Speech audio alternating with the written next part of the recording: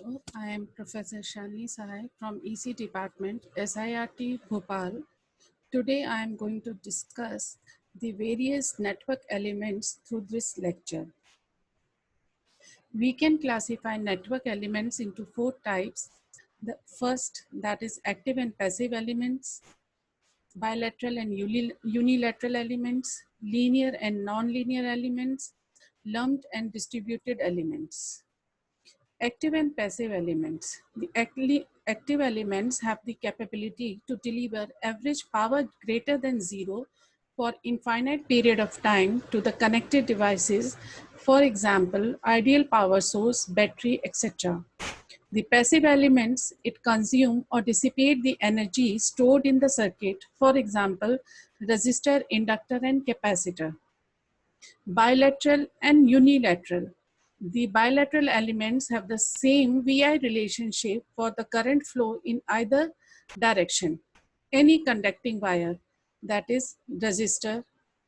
Unilateral, for example, vacuum diodes, silicon diodes, rectifier, etc. In the unilateral elements, the current or the flows in either one direction.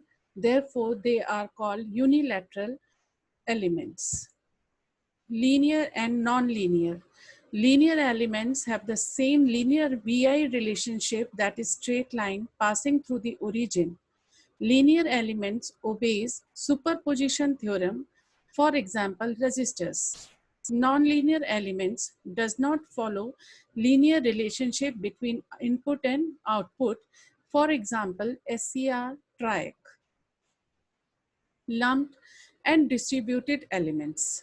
Lumped elements, which are small in size and simultaneous action take place for any given cause at same time of instant.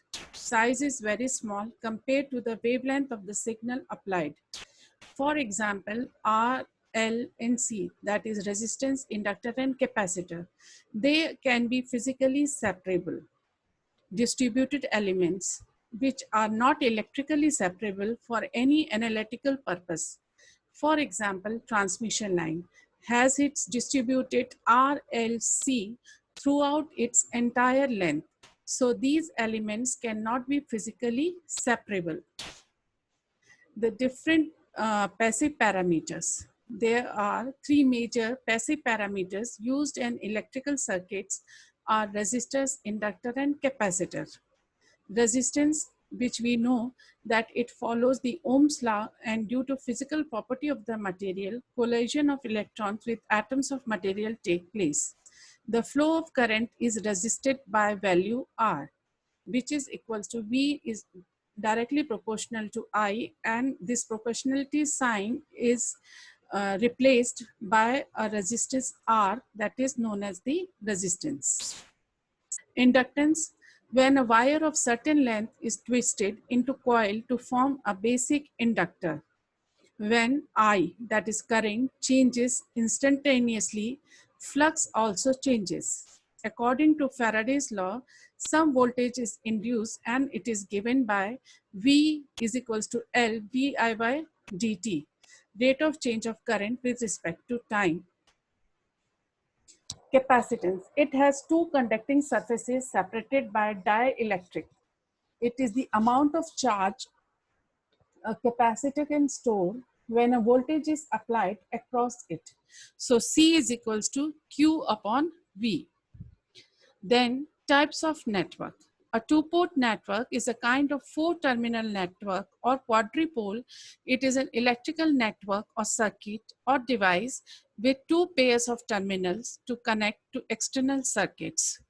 For examples of circuit analyzed as two ports are filters, matching networks, transmission lines, transformers, and small signal models for transistor, such as hybrid pi model.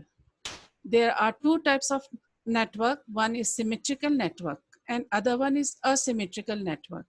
In a symmetrical network is a network if its input impedance is equal to its output impedance. Most often, but not necessarily, symmetrical networks are also physically symmetrical.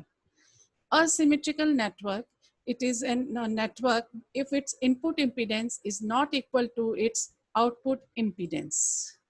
Thank you.